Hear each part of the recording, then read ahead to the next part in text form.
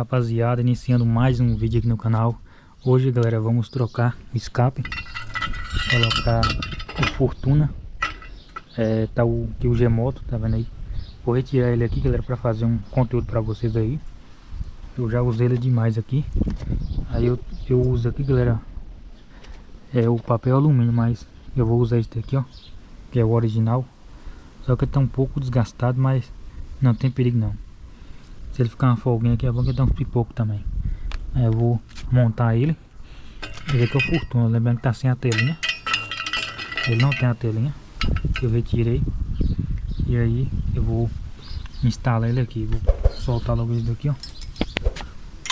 Primeiro vai uma A13 aqui embaixo. Vou tirar aqui, ó. Vai uma chave 13. Rapaziada, se inscreva no canal. Deixa o like aí, que é muito importante.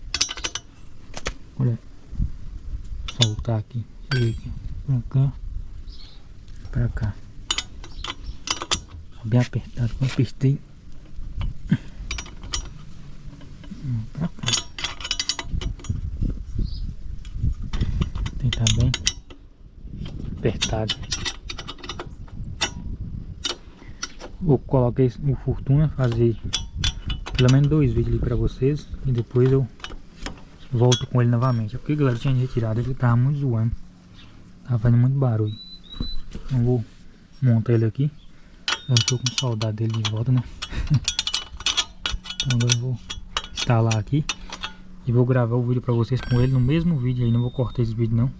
Vou gravar agora, eu vou soltar pra vocês agora. Então acompanhe o vídeo até o final. Vocês vão ver como é que vai ficar aí.